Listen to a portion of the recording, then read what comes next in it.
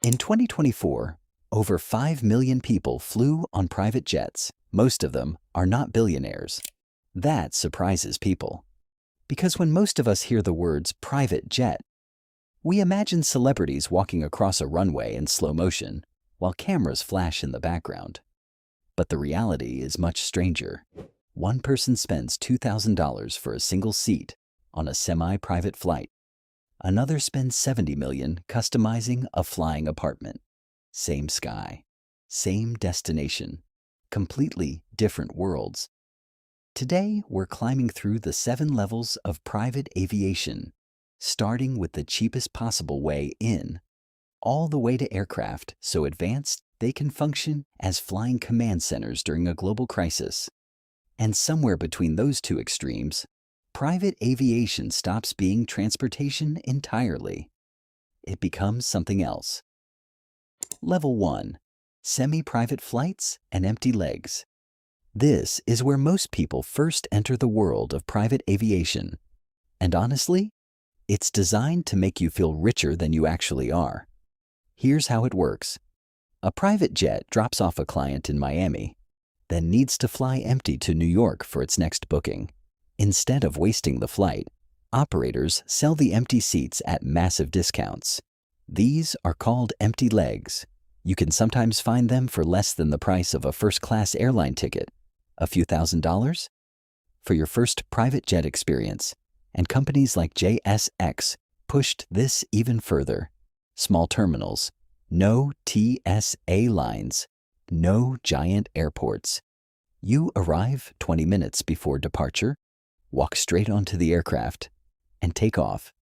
The first time people experience this, it genuinely changes their view of travel. No screaming airport crowds, no waiting at gate C47 for 3 hours while eating overpriced sandwiches. Everything feels smoother, cleaner, quieter. And for a moment, you feel like you've entered the world of the rich. Until you realize you still don't control anything. The flight leaves when it leaves, goes where it goes, and if the operator changes plans, so do you. At level 1, you get the private jet aesthetic, not the freedom. The freedom starts at level 2. Now we enter real charter aviation. Light jets, aircraft like the Citation CJ3, the Phenom 300, or the Honda Jet. This is where private flying becomes truly personal.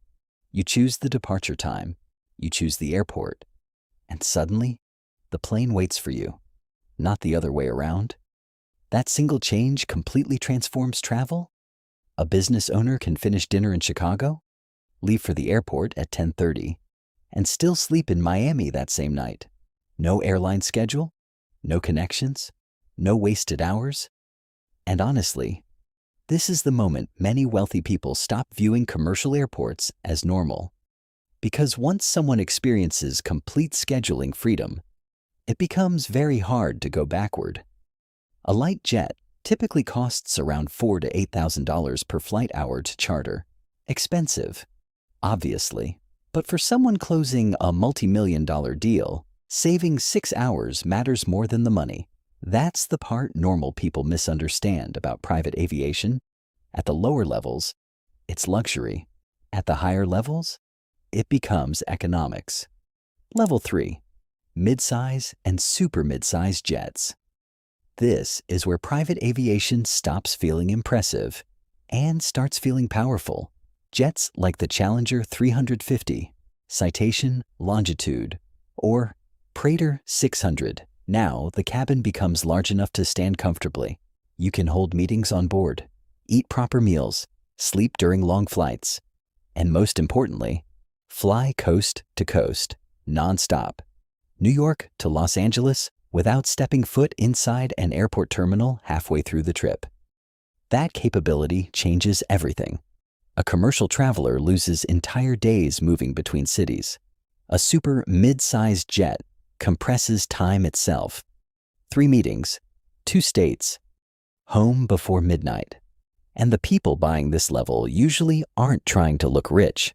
They're trying to eliminate friction from their lives completely.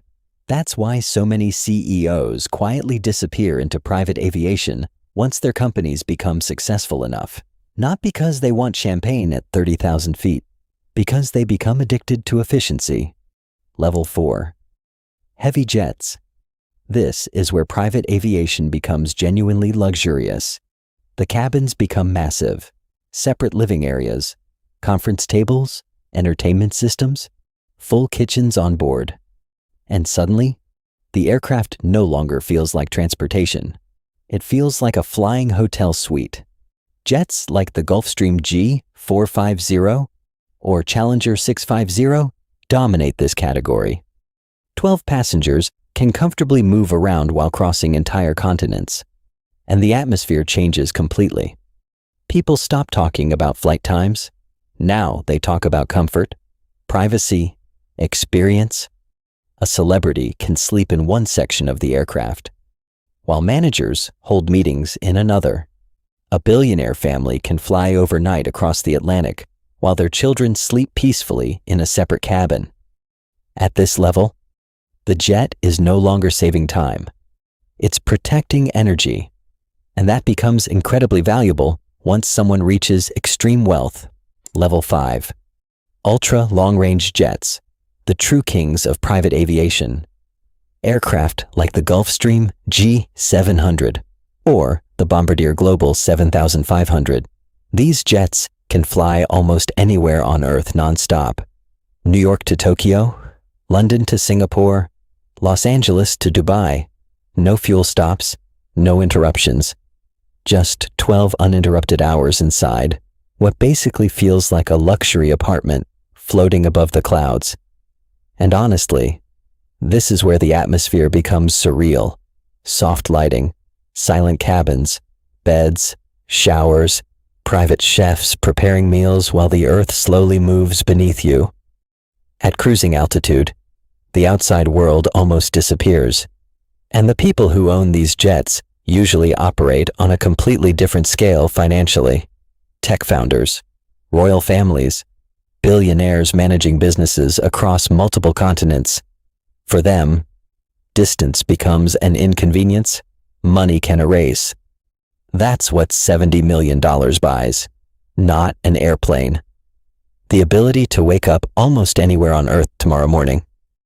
Level 6. VIP airliners.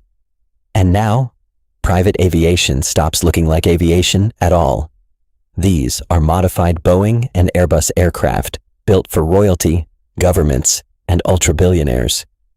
Entire bedroom suites, private offices, dining halls, lounges, staff quarters. Some even include medical facilities on board. At this level, the aircraft becomes a flying mansion, and the craziest part, most people will never even know who owns them, because the individuals flying these aircraft usually value invisibility more than attention. No Instagram posts, no interviews, no paparazzi. Just unimaginable wealth moving silently through the sky. And finally, Level 7. Flying power itself. Aircraft like Air Force One. These are not luxury jets anymore. They are airborne command centers capable of operating during wars, cyber attacks, or national emergencies, secure communication systems, anti-missile defenses, military-grade technology, entire teams operating behind the scenes 24 hours a day. The estimated replacement cost for the next generation of Air Force One is over $5 billion. At that point, the aircraft stops being transportation completely. It becomes political power with wings. And honestly, that's the strange thing about private aviation. At the beginning, people enter this world chasing luxury. But at the very top, luxury barely matters anymore. The real product is control. Control over time, control over privacy, control over access. And once someone gets used to controlling all three, normal travel starts feeling almost impossible.